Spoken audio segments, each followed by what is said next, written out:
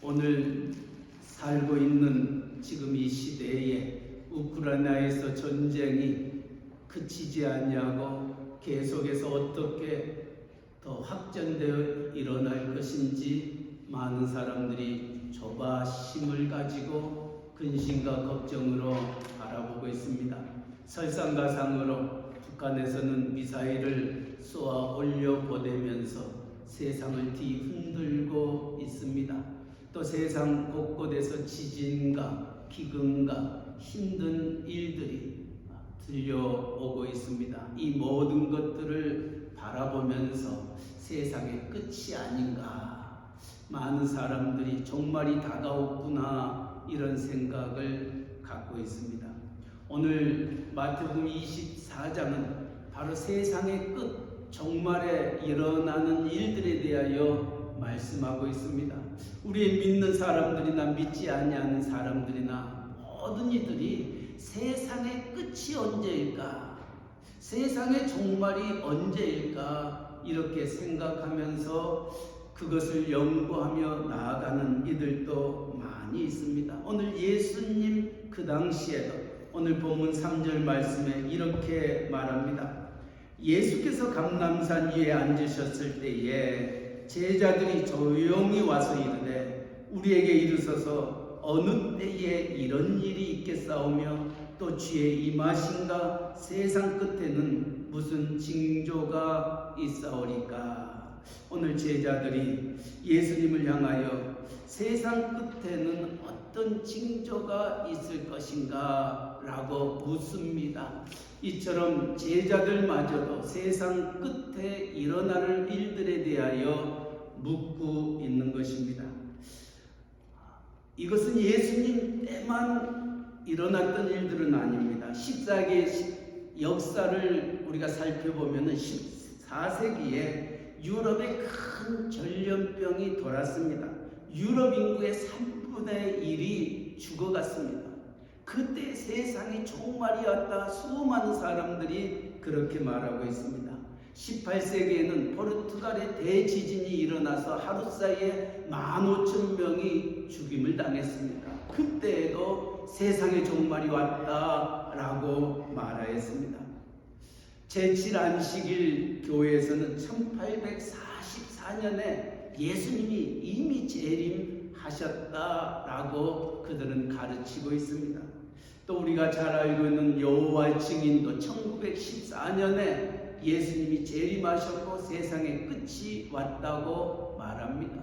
그래서 많은 사람들이 여호와의 증인을 믿는 사람들에게 세상의 끝이 예수님이 언제 재림하셨느냐라고 얘기했을 때 그들은 이렇게 말합니다. 사람의 눈에는 보이지 않게 예수님이 오셨다는 겁니다. 14만 4천 명에게만 예수님의 재림이 확실하게 보여졌다라고 가르치고 있습니다. 또 우리가 잘 알고 있는 우리 시대에 1992년 10월 28일 기억하시지요? 다미 선교회 이장님 그 목사를 중심으로 1992년에 예수님이 재림하실 거라고 생각하면서 그들이 한자리에 모였습니다. 뉴저지에서도 그 모임이 있었습니다. 우리 곁에 있는 리너스터라는 곳에서 예수님이 재림할 테니까 우리가 이곳에서 세마포를 입고 예수님 맞이할 준비를 해야 된다고 얘기했습니다. 제가 거기에 참여했었습니다. 저희 교회 한 집사님의 남편이 여기에 빠져 있었습니다. 여기에 빠져 있어가지고 자기의 아내된 집사님에게 예수님 재림하셔서 이제 나는 휴거에서 하나님 나라 갈 텐데 당신을 꼭 그 자리에 초청하고 싶다.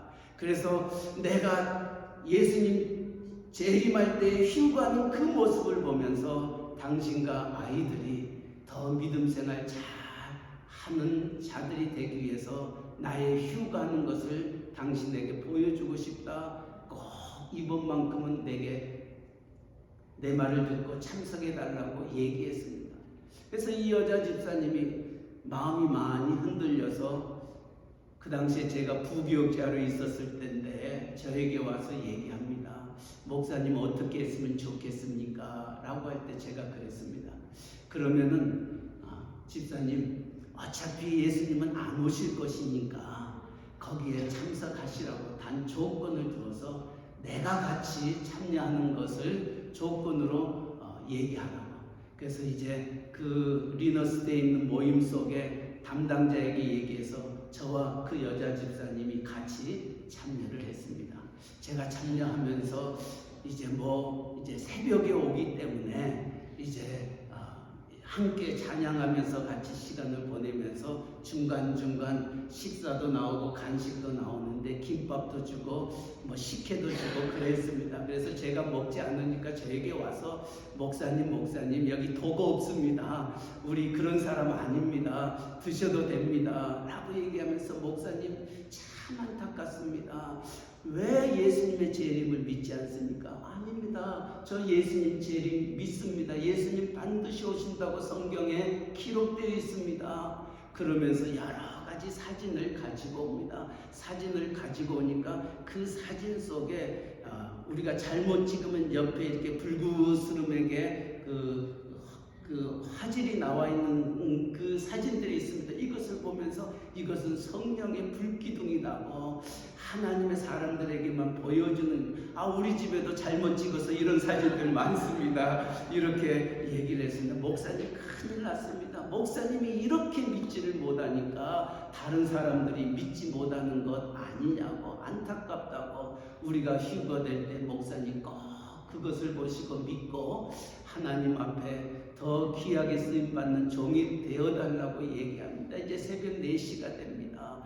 다 없어졌습니다. 없어졌더니 이들이 다 화장실에 가서 이빨을 닦고 있습니다. 예수님 맞이하는데 입냄새가 나면 안 된다고 이제 다들 양치질을 하고 모였습니다. 그 강단에는 백합꽃이 가득 차고 모든 여인들은 하얀 그 세마포 옷, 하얀 저고리들을 입고 예수님 맞을 준비를 하면서 찬양을 하는데 그들이 기다리고 기다렸던 5시가 돼도 예수님은 오지 아니했습니다. 기도가 더 뜨거워집니다. 더 하나님 앞에 간절히 부르짖고 있을 때에 새벽 한 3시쯤 되었을 때에 4시쯤 가까이 됐을 때 경찰들이 왔습니다. 누가 신고를 해서 이들을 해산시키려고 왔습니다. 그래서 그 경찰들이 와서 해산시키려고 할 때에 제가 그 경찰들에게 얘기를 했습니다. 저는 목사입니다. 제가 목사 라이센스를 보여주면서 저는 어느 교회의 목사입니다. 그 이들이 기다리는 예수님은 오지 않습니다. 만약에 경찰들이 이들을 해산시켜버리면 문제가 생기기 때문에 이들이 약속했던 5시 시간 지난 후에 제가 해산시키겠습니다. 그것을 기다려 주셨으면 좋겠습니다. 그래서 시간을 좀 벌었습니다.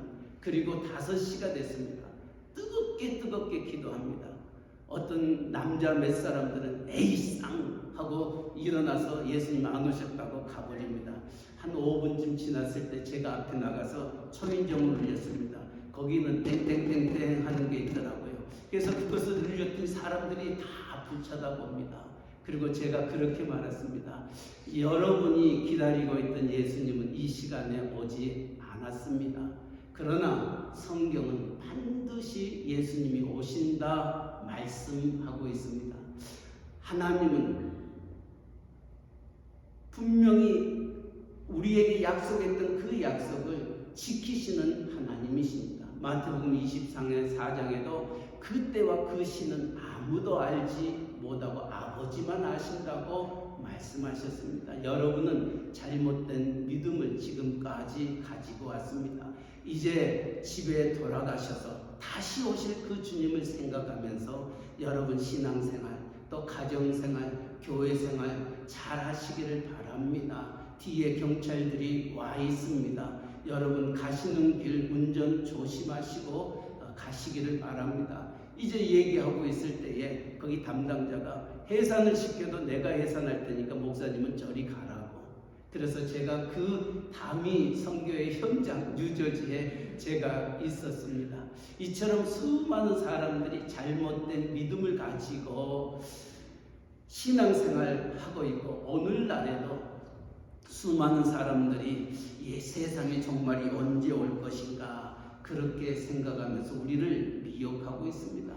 우리가 잘 알고 있는 프랑스의 의사이면서 저술가이시면서 점술가였던 노스트라무스를 여러분은 기억할 겁니다. 그들이 예언했던 예언들이 많이 응했습니다.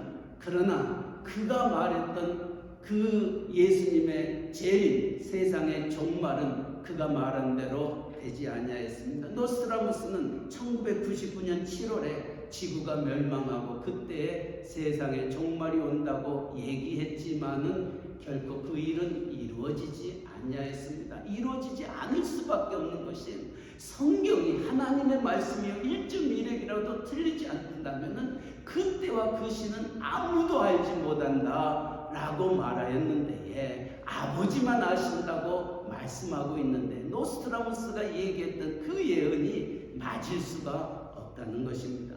마태복음 24장 36절에 보면은 그러나 그날과 그때는 아무도 모르나니 하늘의 천사들도 아들도 모르고 오직 아버지만 아신다. 오늘 마태복음 24장 마지막 부분에는 그렇게 기록하고 있습니다. 예수님이 또 십자가에 못 박혀 돌아가시고 부활하시고 승천하실 때 제자들이 이렇게 묻습니다. 그들이 모였을 때 예수께 여쭈어 이르되 주께서 이스라엘 나라를 회복하심이 이때니까 하니 이르시되 때와 시기는 아버지께서 자기의 고난에 두셨으니 너희가 알 바 아니요 라고 말씀합니다. 이때가 주님의 재림의 때입니까? 세상의 종말입니까? 묻는 그 질문 앞에 그것은 너희의 알 바 아니요 아버지의 고난이다 라고 말씀합니다. 그렇다면 오늘 우리 믿는 사람들이 이 세상을 살아가면서 그래도 우리 믿는 사람들이 주님이 언제 오실까? 이 세상의 끝이 언제일까? 한 번쯤은 궁금해 하셨으리라고 생각이 듭니다. 성경은 거기에 대해서 분명히 말씀하고 있습니다. 세상의 끝이 언제인가? 주님이 언제 임하실까? 3번 그 답이 있습니다. 그 중에 한 답이 오늘 24장 3절의 말씀입니다. 한번 보시기 바랍니다. 3절 말씀. 예수께서 감람산 위에 앉으셨을 때에 제자들이 종명이 와서 가로되 우리에게 이르소서 어느 때에 이런 일이 있겠사오며 또 주의 임하신가 세상 끝에는 무슨 징조가 있겠습니까? 여기에 보면은 주의 임하신가 세상 끝에는 무슨 징조가 있겠습니까? 이 얘기는 세상 끝, 세상의 종말이 언제임을 말해주고 있습니다. 그것은 주님의 임하심입니다. 주님이 재림하실 때가 세상의 끝이다 말씀합니다. 또 마태복음 24장 30절에도 동일한 말씀을 하고 있습니다. 30절 말씀에 보니까 그때 인자의 징조가 하늘에서 보이겠고 그때 땅의 모든 족속들이 통곡하며 그들이 인자가 구름을 타고 능력과 큰 영광으로 오는 것을 보리라. 주의 재림이 이 세상의 끝임을 말씀해 주고 있습니다. 두 번째로는 또 24장에 말씀하고 있습니다. 24장 14절에 보니까 이 천국 복음이 모든 민족에게 증언되기 위하여 온 세상에 전파되리니 그제야 끝이 오리라. 하나님의 말씀이 온 세상에 전파된 후에 이 세상에 끝이 온다 말하고 있습니다. 세 번째로는 사도행전 1장 6절 7절에 보니까 그들이 모였을 때 예수께서 여쭈어 이르되 주께서 이스라엘의 나라를 회복하심이 이때니까 하니 이르시되 때와 시기는 아버지께서 자기의 고난에 두셨으니 너희가 알 바 아니요. 이스라엘 백성들은 이스라엘 나라가 다시금 회복되는 그때가 이 세상의 끝이다 라고 믿고 있었던 겁니다. 또한 예언서에서도 그와 같은 말씀이 기록되어 있습니다. 그래서 성경은 3번에 걸쳐서 이 세상의 끝에 대하여 말씀하고 있는데 주님이 재림하실 때에 또 온 세상에 하나님의 복음이 전파되어질 때에 또 이스라엘이 다시 회복되어질 때 이 세상에 끝이 온다 말씀하고 있습니다. 그러시면서 오늘 24장 6절 말씀에 보니까 난리와 난리 소문을 듣겠으나 너희는 상가 두려워 말라. 이런 일이 있어야 돼 끝은 아직 아니니라. 민족이 민족을 나라가 나라를 대적하여 일어나겠고 처체와 처체의 기근과 지진이 있으리니 이 모든 것이 재난의 시작이니라. 오늘 우크라이나에서 전쟁의 소문이 들려오고 또 북한이 미사일을 쏘아대고 처체에서 기근과 또 재난이 일어나는 이와 같은 일들을 당하였을 때에 우리의 믿는 사람들은 어떻게 그와 같은 상황을 어떤 마음을 가지고 준비하며 나아가야 할 것인가? 이 세상의 끝은 아니고 단지 이 세상의 끝의 시작이라는 사실을 잊어서는 안 됩니다. 특별히 그와 같은 일을 당했을 때 우리는 어떤 자세를 가지고 이 재난을 준비해야 될 것인가? 민족이 민족을 또 나라가 나라를 또 이런 소문들이 우리에게 드러날 때 6절 말씀입니다.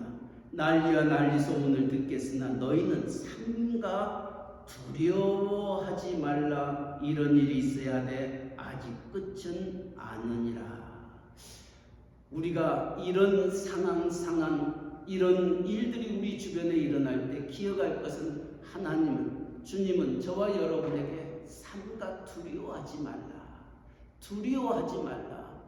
끝은 아니다라고 말씀하고 있습니다. 우크라이나 전쟁이 일어나고 북한이 미사일을 쏘고 난리와 재난과 기근과 흉년과 옳지 아니하는 많은 일들이 일어나게 될 때에 우리의 믿는 사람들이 이 세상을 살아가는 첫 번째 자세는 두려워하지 말라. 하나님은 말씀하고 있습니다. 이 두려워하지 말라. 우리 마음이 얼마나 많은 근심과 걱정과 염려 속에 살아가고 있는가. 어떤 분은 이렇게 얘기합니다. 우리가 하루에 몇 번 염려하겠는가, 몇 번 근심하겠는가 라고 할 때에 우리에게는 5만 가지의 근심이 있다. 5만 가지의 근심을 우리는 가슴에 안고 하루하루를 살아가고 있기 때문에 우리의 삶이 기쁨과 즐거움과 감사와 평안이 있을 수 없는 것입니다. 이 두려움 속에서 자기의 위치를 잃어버렸던 한 역사적인 인물이 있습니다.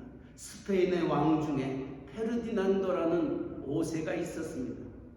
그래서 그가 왕의 자리에 올라가고 난 다음에 한 점술가가 이 페르디난 5세 왕에게 이렇게 말합니다. 왕이여, 마드리길에 가서는 안 됩니다. 당신이 마드리길에 가게 되면은 당신은 죽게 되어 있습니다. 이 마드리길은 왕의 별궁을 의미하고 있습니다. 그래서 왕의 별궁에 가는 그날 당신은 죽게 됩니다. 이 점술가의 얘기를 듣고 이 페르디난드는 그가 왕에 있으면서 21년 동안 그곳에 가지 아니하였습니다. 어느 날 이제 지방 순회를 하면서 여러 곳을 다니다가 그만 병이 걸리고 말았습니다. 병이 걸리고 난 후에 자기 신하들에게 묻습니다. 우리가 왔던 이 지역이 지금 어떤 곳이냐 라고 물으니까 신하가 여기가 마드길레입니다 라고 얘기합니다. 그래서 이 왕은 깜짝 놀랐습니다. 그 점술가가 내게 마드리길에 가면은 죽는다고 얘기했는데 내가 그곳에 왔구나. 이 왕은 이 마드길레라는 이 지방이 마드리길로 잘못 들었던 것입니다. 그리고 이제 내가 여기서 죽게 되는구나. 병이 점점 악화되어서 정말 그곳에서 죽었다는 겁니다. 그는 마드리길에 가 있지 않냐고. 마드길레에 가 있었음에도 불구하고 자기의 잘못된 언더스탠딩으로 인하여 내가 마드리길에 가면 죽게 되어진다는 그 두려움이 자기를 죽음의 자리에 가게 했다는 겁니다. 이처럼 이 마음의 병, 이 두려움이라는 그 병은 우리를 정말 죽음의 자리에까지 가게 합니다. 그래서 만물보다 심히 거짓되고 부패한 것이 인간의 마음인데 이 인간의 마음이 언제나 우리로 하여금 잘못된 생각, 염려와 근심과 걱정과 두려움으로 우리를 사로잡게 됩니다. 그래서 마음이 얼마나 중요한지, 그래서 잠언서도 무엇보다도 내 마음을 지킬 것을 말씀하고 있습니다. 마음이 병이 들면은 육체의 병이 들 수밖에 없는 것입니다. 이런 두려운 마음이 들기 시작하면은 이 부정적인 생각을 갖게 되고 육체적으로 소화불량이 납니다. 신경쇠약이 걸립니다. 위궤양이 납니다. 두통과 발진이 있습니다. 초조해집니다. 숨이 가빠지고 잠을 이루지 못합니다. 쉽게 피곤해지고 식욕이 없어지고 혈압에 문제가 생겨서 결국은 그 두려움 때문에, 마음의 병 때문에 죽음의 자리에 가는 일들을 종종 보곤 합니다. 오늘 이처럼 세상에 종말이 다가올 때에 난리와 난리의 소문이 나고 전쟁의 소문이 나고 기근과 지진과 흉년과 전염병이 우리의 주변을 에워싸고 있을 때 주님이 제자들에게 하시는 말씀은 삼가 두려워하지 말라. 이것이 우리들에게 주시는 말씀입니다. 주님은 요한복음 14장 1절에도 너희는 마음에 근심하지 말라. 하나님을 믿으니 또 나를 믿으라 말씀하고 있습니다. 베드로도 그랬습니다. 베드로도 예수님이 십자가에 못 박혀 죽이시기 전 붙잡힐 때에 두려워서 도망갔습니다. 그리고 3번씩이나 예수님을 모른다고 부인했습니다. 베드로가 도망갔던 것은 자기도 예수님 때문에 잡힐까봐 두려운 나머지 도망갔던 것입니다. 베드로는 지나간 그 순간을 잊을 수가 없었습니다. 그래서 그는 베드로전서 5장 7절 말씀에 너의 염려를 다 주께 맡기라. 이는 그가 너희를 돌보시니라. 다시 말하면 두려워하지 말라는 거예요. 하나님이 우리의 모든 염려과 근심을 다 맡아 주실 것임을 생각하면서 염려를 다 주께 맡겨버리라 말하고 있습니다. 사도 바울도 감옥 속에서 빌립보서 4장 6절 7절 8절 말씀에 아무것도 염려하지 말고 모든 일에 기도와 간구로 너의 구할 것을 감사함으로 하나님께 아뢰라. 그리하면 모든 지각에 뛰어난 하나님의 평강이 그리스도 예수 안에서 너희 마음과 생각을 지키시리라 말씀하고 있습니다. 이처럼 우리의 주님은 이 세상에 힘들고 어려운 순간순간 닥쳐오는 힘든 이 모든 과정 속에서 하시는 말씀이 두려워하지 말라, 염려하지 말라는 겁니다. 사랑하는 성도 여러분, 참 살기 힘든 오늘의 시대입니다. 이제 팬데믹이 지나갈 쯤 되어지니까 우크라이나에서는 전쟁이 일어나고 북한에서는 미사일을 쏘아대고 들려오는 소식들이 항상 좋은 소식만은 아닙니다. 세상이 어떻게 돌아갈 것인가 한치 앞을 알지 못하는 이와 같은 상황 속에 우리의 주님은 삼가 두려워하지 말라. 어떤 소문 속에서도 난리와 난리 또 어떤 기근과 재난이 우리에게 있다는 할지라도 두려워하지 말 것을 말씀하고 있습니다. 우리가 이런 두려움을 이길 수 있는 비결은 3가지입니다. 첫째는 이 세상, 우리가 살고 있는 이 세상을 주관하시는 이가 살아계신 하나님 아버지라는 사실을 믿는 그 믿음, 이것이 두려움을 이길 수 있는 비결입니다. 아멘. 모든 것이 하나님의 손에 있다는 것을 잊어서는 안 됩니다. 이사야 선지자도 이사야 45장에 나는 여호와라 나 외에 다른 이가 없나니 나밖에 신이 없느니라. 너는 나를 알지 못하였을지라도 나는 내 띠를 동일 것이요 해 뜨는 곳에서부터 지는 곳에까지 나밖에 다른 이가 없는 줄을 우리로 알게 하리라. 나는 여호와라 다른 이가 없느니라. 나는 빛도 짓고 어둠도 창조하며 나는 평안도 짓고 환난도 창조하나니 나는 여호와라 이 모든 일을 행하는 자니라 하였노라. 우리 하나님은 어떤 하나님입니까? 무에서 유를 창조하신 하나님이실 뿐만이 아니라 빛도 짓고 어둠도 짓고 또 평안도 짓고 환난도 창조하셨던 이가 하나님이심임을 선포하고 있습니다.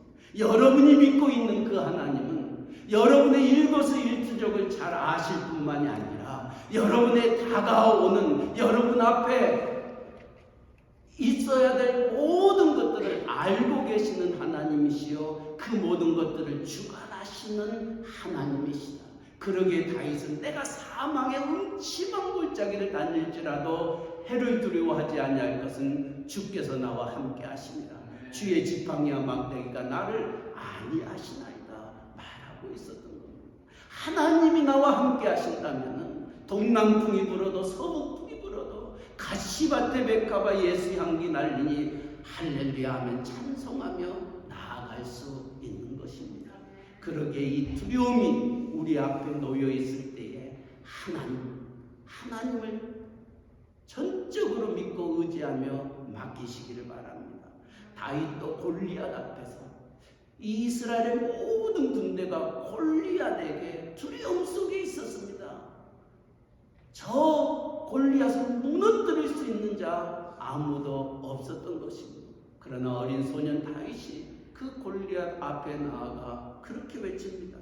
여호와의 구원하심이 칼과 창에 있지 아니함을 이 무리로 알게 하리라. 전쟁은 여호와께 속한 것인즉 그가 너희를 우리 손에 붙이시리라. 전쟁은 칼과 창에 있지 아니하고 하나님 손에 있다. 하나님을 의지하면서 나아갈 때에 소년 다윗은 그 거인 골리앗을 무너뜨릴 수 있는 축복의 사람이 되었던 겁니다. 오늘 하나님은 우리 주변에 일어나고 있는 크고 작은 모든 일들 앞에서 두려워하지 말라. 이 모든 것이 하나님 손에 있음을 기억하면서 이 세상에 있는 모든 것보다 더 크신 하나님 바라보면은 우리는 그 환난과 핍박 속에서도 감옥 속에서도 초막에서도 궁궐에서도 하나님 찬양하는 자가 되는 것입니다. 그러게 우리의 믿음의 선조들은 초막이나 궁궐이나 내 주 예수 모신 것이 그 어디나 하나님의 나라라 고백하며 찬송할 수 있었고, 바울과 실라도 감옥 속에서 하나님을 찬양할 때 쇠사슬이 끊어지는, 옥문이 열리는 놀라운 축복의 기적을 체험하게 됐던 겁니다. 두려워하지 마시고 하나님 되심을 믿고 나아갈 수 있기를 바랍니다. 두 번째로, 이런 일들이 우리의 주변에 일어나고 있을 때에 왜 이런 일이 일어나게 될까? 참새 2마리가 한 아사리온에 팔리는 것도 하나님께서 허락지 아니하시면 이루어지지 않는다고 하는데, 오늘 있다가 내일 없어지는 들에 핀 들풀도 하나님이 기르시고 가꾸시고, 공중에 나는 새도 들의 백합화도 하나님 손안에 있는데, 하물며 하나님의 형상대로 지음받는 우리들의 인간이 이렇게 전쟁 속에서 죽임을 당하고 전염병 속에서 또 코로나 바이러스로 인하여 수많은 사람이 죽어가고 있는 이와 같은 문제를 우리가 어떻게 해석해야 될 것인가? 성경은 하나님의 심판의 징조를 3가지로 얘기하고 있습니다. 에스겔서 5장 12절, 6장 7장에서는 하나님께서는 우리를 심판할 때 3가지를 들어서 우리를 깨닫게 하십니다. 첫 번째가 칼입니다. 칼은 곧 전쟁을 의미합니다.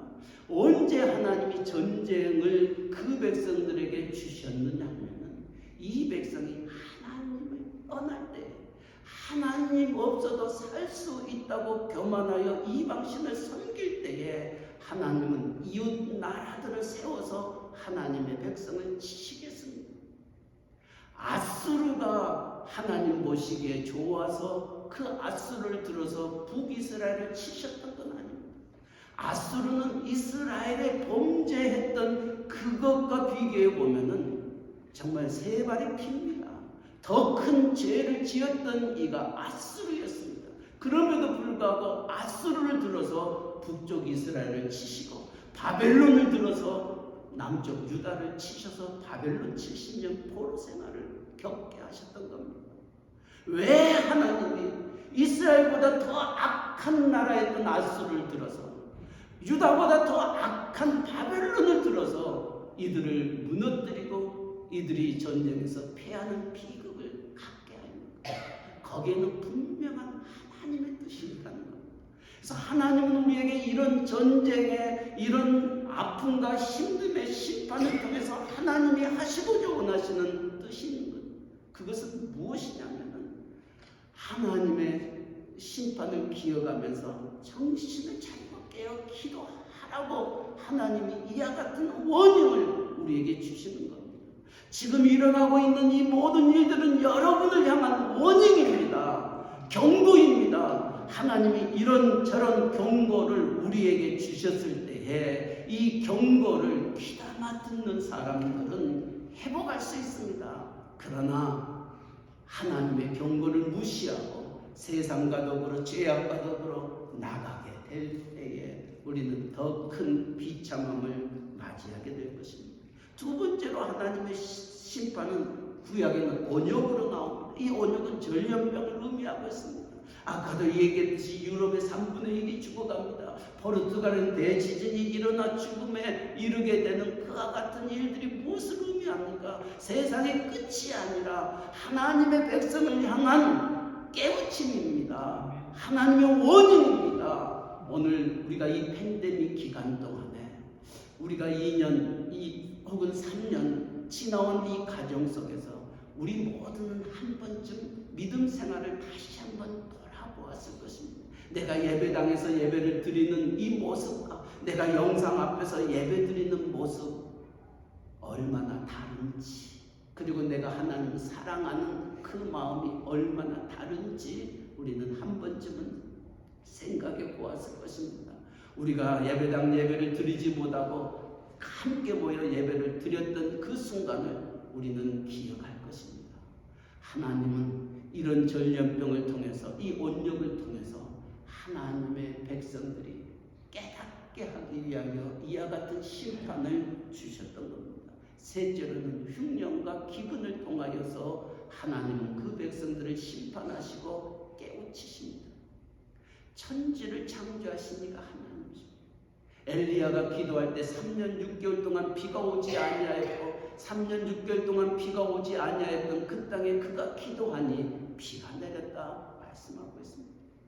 그렇다면 이 기근, 이 흉년, 이 못 살게 되는 이 모든 것도 하나님의 주권 아래 있음을 기억하면서 이와 같은 일들을 통하여 깨어 하나님을 향하여 다시금 돌아오라는 것입니다.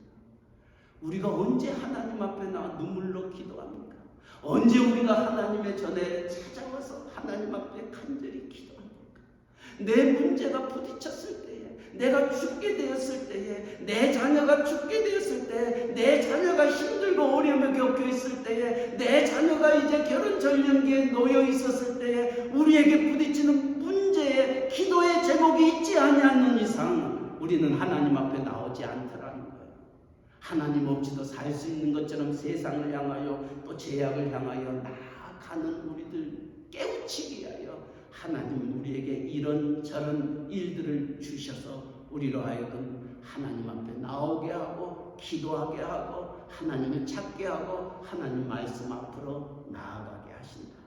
그래서 사무엘하 7장 14절은 이렇게 말합니다. 나는 그 아비가 되고 그는 내 아들이 되리니 저가 만일 죄를 보면 내가 사람 막대기와 인생 채찍으로 징계한다. 하나님은 앗수르를 하나님 막대기로 인생의 채찍으로 삼으셨던 것이지 그들이 이스라엘보다 유대보다 나아서 그들을 택한 것은 아니었던 겁니다.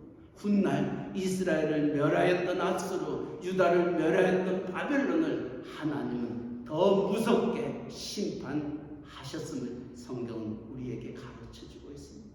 하나님은 이것을 통하여 막대기를 통하여 채찍을 통하여 하나님의 백성들이 깨닫고 하나님 앞에 돌아오게 하기 위하여 이와 같은 일들을 우리에게 주심을 기억하면서 전쟁의 소문이 들 때마다 힘들고 어려운 순간순간이 우리에게 닥쳐올 때마다 아하, 하나님이 나로 하여금 기도하라는구나, 하나님 앞으로 나오라는구나, 하나님을 더 간절히 찾으라는 하나님의 사인이라는 것을 기억하고 우리가 믿음 생활 더 잘할 수 있기를 바랍니다.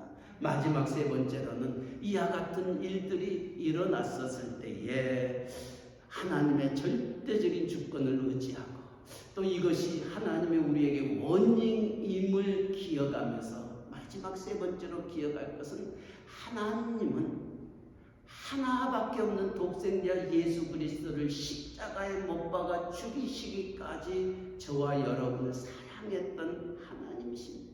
그러게 하나님은 사랑이시다. 사랑의 하나님이십니다. 그 사랑의 하나님께서 여러분을 멸망하도록 내버려 두시는 하나님이시겠습니까? 아닙니다. 하나님은 사랑의 하나님입니다. 하나님이 여러분을 어떻게 창조하셨습니까? 하나님의 형상대로 창조하셨다.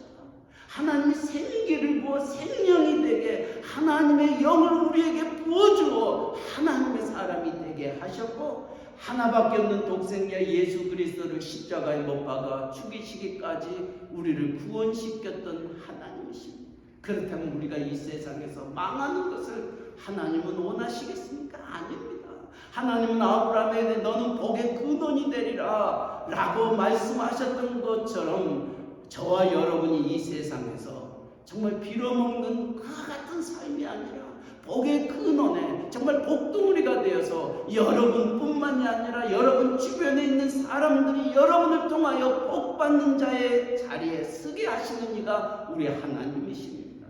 여러분은 그렇게 하나님 앞에 창조되었던 겁니다. 그래서 내 영광을 위하여 창조한 자를 내게 오라, 내가 그를 지었고 만들었느니라 말씀하셨습니다. 여러분 그저 그런 별 볼 일 없는 사람 아닙니다. 하나님 앞에서 천하보다 귀한 존재예요. 하나님의 영광을 위하여 쓰임받는 자들임을 기억하시기 바랍니다.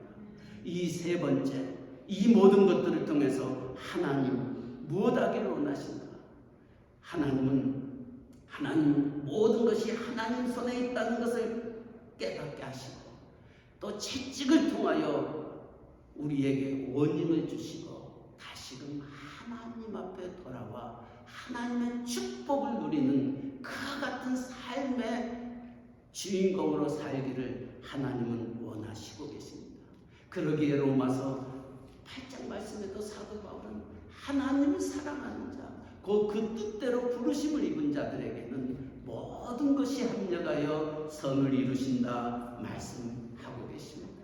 하나님은 여러분에게 다가오는 크고 작은 모든 문제를 통하여 합력하여 선을 이루실 줄 믿습니다. 두려워하지 마시기 바랍니다. 걱정하지 마시기 바랍니다. 물론 내가 기도하고 있는 이때에 응답해 주시면 좋겠으나 하나님의 때와 우리 때는 조금 다를 뿐이지 하나님은 분명히 이루시는 하나님을 믿고 흔들리지 마시고 끝까지 기도하여 승리할 수 있기를 바랍니다. 역대상 22장 14절에 보니까 내가 환난 중에 여호와의 전을 위하여 금 10만 달란트와 은 100만 달란트와 녹과 철을 그 종수를 셀 수 없을 만큼 심히 많이 예비하였고 또 제목과 돌을 예비하였으니 너는 더할 것이요 금과 은과 녹과 철이 무수하니 너는 일어나 일하라. 여호와께서 너와 함께 계실지로다. 다윗이 아들 솔로몬이 성전을 건축하기 위하여 금과 은과 필요한 모든 것들을 예비하였는데 언제 예비하느냐? 전쟁을 통하여서도.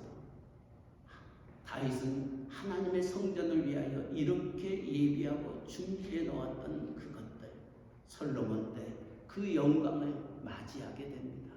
하나님께서는 이 환난 속에, 이 힘듦 속에 우리가 행하였던 이 모든 것들을 통하여 여러분의 자녀들이 하나님의 축복과 은혜 속에 거할 줄 믿습니다.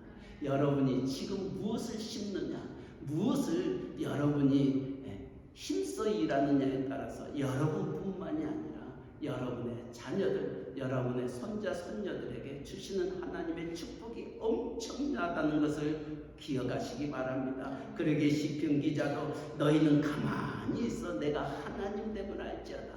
하나님이 그 모든 것들을 이루시겠다. 하나님이 그 모든 것들을 해결해 주시겠다 말씀합니다. 그러기에 이사야 선지자도 예레미야도 사막에서 길을 내고 바다에서도 길을 내신 하나님께서 우리의 인생의 길을 열어주시지 아니하시겠느냐. 하나님을 바라라, 하나님을 의지하라. 그리고 하나님이 하셨던 그 일을 가지고 영광 돌릴 것을 말씀합니다. 마지막으로 이사야 선지자는 그런 우리들을 향하여 이렇게 말합니다. 두려워 말라. 내가 너와 함께함이니라. 놀라지 말라. 나는 내 하나님이 됨이니라. 내가 너를 굳세게 하리라. 참으로 너를 도와주리라. 참으로 나의 의의 오른손으로 너를 붙들리라. 사랑하는 성도 여러분, 두려워하지 마시기 바랍니다. 하나님은 여러분과 세상 끝날까지 함께 하시고 여러분의 머리털까지 세심받으신 하나님께서 여러분의 길을 인도하시고 지키시고 보호하시고 함께 하실 것입니다. 그 하나님이 그 일을 통하여 하시고자 원하시는 그 일이 무엇인지 기대하면서 하나님이 이 아픔을 통하여 이 힘듦을 통하여 내게 주시는 축복이 무엇인가를 기대하면서 이 세상을 승리하는 자가 되시기를 바랍니다. 우리가 이 종말이 다가올수록 이 힘듦과 어려움이 다가올수록 많은 사람들이 지칩니다. 힘듭니다. 낙심되어 갑니다. 교회가 무엇입니까? 왜 우리를 먼저 그들보다 먼저 믿게 하셨습니까? 성경에도 보니까 오늘 마태복음 24장 12절에도 이 종말이 다가오면 이제 삶이 힘듭니다.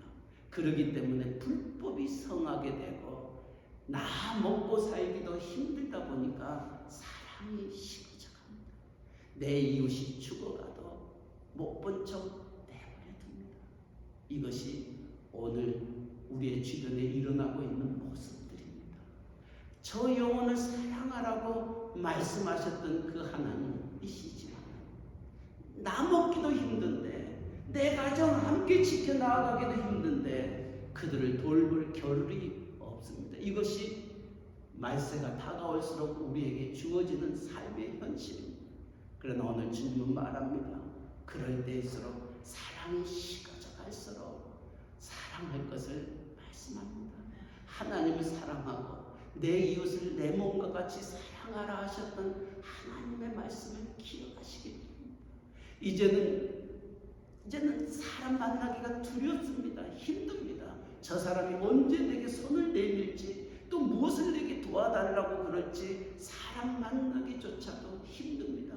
그리고 내 자신이 남들보다 더 낫지 못하기 때문에 힘들기 때문에 만나는 것을 점점 주저해버리고 맙니다. 그래서 히브리 기자는 그렇게 말합니다. 모이기를 피하는 어떤 사람들의 습관과 같이 하지 말고 오직 고나여 그 날이 가까움을 볼수록 더욱 그리하자. 그 날이 가까울수록 세상 끝이 가까울수록 주님의 재림이 가까울수록 모이기에 힘쓰고 서로 사랑하고 서로 격려하고 서로 위로하고 힘이 되고 서로 용기가 되는 그런 모임, 그런 교회, 이것이 하나님이 저와 여러분을 이곳에 모이게 했던 이유인 것입니다. 오늘도 3월에 목장 모임을 모입니다. 도망가지 마시고 또 바쁘다고 핑계대지 마시고 함께 참여하면서 서로의 기도의 제목을 나누고 그 아픔을 서로 나누고 정말 격려하고 기도하고 힘이 되고 위로가 되고 다시금 하나님 앞에서 새 힘을 얻고 세상에서 승리하는 삶을 살아갈 수 있는 우리 교회, 우리 목장들 되시기를 주님의 이름으로 간절히 축원합니다. 사랑의 하나님 아버지, 세상의 끝이 다가올수록 전쟁의 소문들이 들려오고 난리에 소문이 들려오고 있는 이때에 두려워하지 않게 하여 주시옵소서. 두려워 말라, 내가 너와 함께함이라. 놀라지 말라, 나는 내 하나님이 됨이라. 내가 너를 굳세게 하리라. 참으로 너를 도와주리라. 참으로 나의 의의 오른손으로 너를 붙들리라 하셨던 말씀의 주인이 우리의 하나님이시여, 나를 창조하시고 나를 구속하시고 너는 내 것이라 말씀하셨으니 좌로나 우로나 흔들리지 아니하고 그 주님 바라보며 독수리의 날개치며 올라간 같이 여호와를 앙망하는 하나님의 귀한 종들 되게 하여 주셔서 너는 복의 근원이 될지라 하셨던 말씀 기억하면서 오늘도 지쳐있는 영혼들, 힘들어 정말 눈물이 빗물처럼 기도할 수 없는 그 영혼들, 낙심된 심령들의 손을 붙잡고 다시금 일어 세울 수 있는 저희들로 쓰임받게 하여 주시옵소서. 우리에게 새언약교회 주심을 감사합니다. 목장 모임을 주심을 감사합니다. 이 모임을 통하여 서로 사랑하게 하시고 기도하게 하시고 서로 힘이 되는 저희들의 모임들 되게 하여 주시옵소서. 예수님의 이름으로 기도하옵나이다. 아멘.